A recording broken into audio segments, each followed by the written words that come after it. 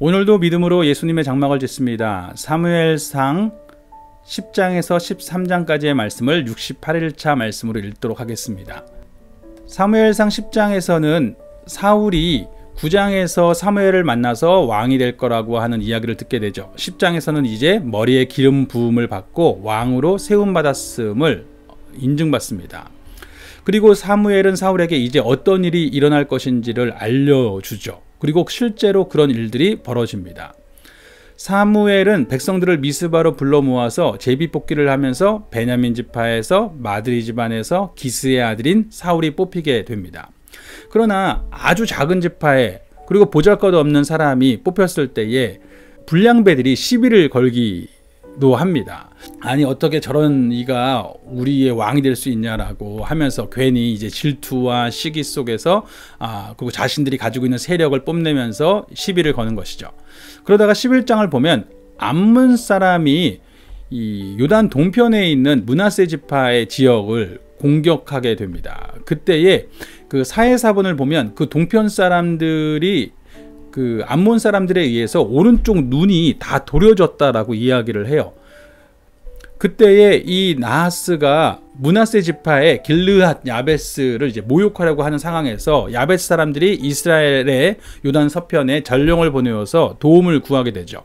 그런데 그 소식을 듣게 되자 아직 소를 몰고 있었던 사울, 기름 부음은 받았지만 공식적으로 온전히 인정받고 있지 못했던 모습이죠. 그 사울이 이 말을 듣자 하나님의 영이 세차게 내리고 그가 무섭게 분노하면서 자신의 소 2마리를 잡아서 자르고는 온 이스라엘의 전령을 보내서 사울과 사무엘을 따르지 않으면 이 소처럼 될 것이다 라고 말합니다. 그리고 모든 이스라엘 백성들이 사울에게 모이게 되고 사울은 암몬에게 쳐들어가서 대승을 거두게 되죠. 그리고 공식적으로 사울이 왕위에 오르는 것입니다. 12장에서는 이제 사울의 지도력이 확정된 듯 하니까 사무엘이 백성들을 불러 모아서 고별 설교를 합니다. 자신이 얼마나 청렴하게 백성들을 다스려 왔는지를 알려주면서 이 백성이 우상 숭배에 빠지지 말고 하나님만 잘 섬기라고 말합니다.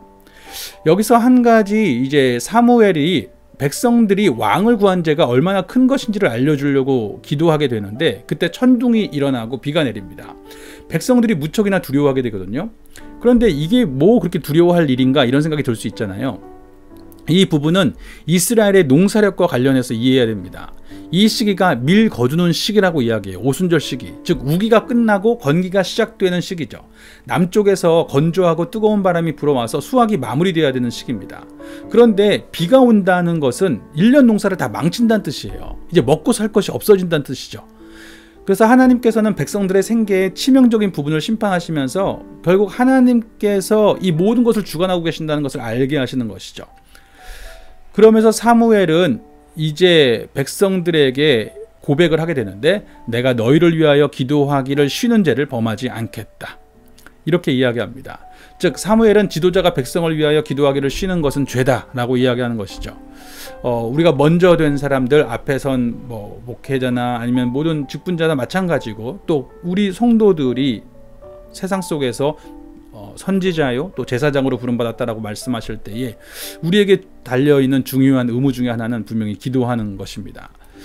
그리고 13장에서 이제 이 사울이 백성들을 잘 다스리는 것 같았는데 그 즈음에 사울의 아들 요나단이 블레셋의 수비대를 쳤고 블레셋과 이스라엘 가운데 전쟁이 벌어집니다.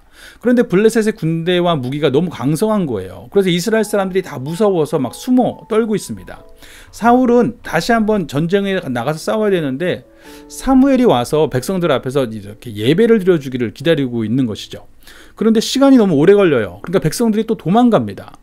그러자 마음이 급해진 사울은 백성들을 안심시키려고 자신이 그냥 원래 하면 안 되는데 번제를 드려버립니다. 그리고 그때에 맞춰서 사무엘이 오죠. 사울은 자기가 제사를 드리며 하나님의 도움을 구하기도 전에 블레셋 사람들이 먼저 칠 것 같았고 백성들이 떠나가니까 어쩔 수 없었다라고 이야기하지만 사무엘은 그것은 범죄라고. 왜냐하면 하나님의 주권을 온전히 신뢰하지 못하는 거 아니냐. 하나님이 세우시는 왕은 그런 사람이어야 된다라고 하면서 책망하죠. 즉 사울의 마음은 하나님보다 눈앞의 군사들에게 이렇게 움직여지고 있는 것입니다. 사실 우리가 그리스도인으로서 살아갈 때에 우리는 그리스도인은 완전히 다른 사람, 또 육체로 사는 사람은 완전히 다른 사람 이렇게 생각할 수도 있겠지만 우리가 사울의 이야기에서 보는 것처럼 분명히 같은 사울인데 11장에서 암몬과 전쟁을 할 때는 하나님의 영에 충만해지니까 하나님의 그 영광에 사로잡힌 바 되어서 담대하게 나아가 싸우는 사람이 되기도 하고, 또 13장에서는 육체의 조건들에 사로잡히니까 또 넘어지기도 하고 하는 것이죠. 즉 한 사람 안에 두 가지의 소욕이 있는 것이죠. 성령을 따르는 소욕이 있고 육체의 조건에 자꾸 사로잡히는 소욕이 있는 것이죠. 결국 우리는 늘 그 싸움을 우리 안에서 먼저 시작하게 됩니다. 그때 우리가 성령으로 말미암아 하나님의 통치를 더 크게 볼 때에만 하나님의 나라의 그 일하심에 참여할 수 있는 것이죠. 그래서 날마다 그것을 구하고 살아가는 것입니다. 이제 사무엘상 10장에서 13장까지의 말씀을 함께 읽어가면서 하나님은 어떤 분이신지, 또 인간은 어떤 존재인지, 나에게 주시는 말씀은 무엇인지를 묵상하겠습니다.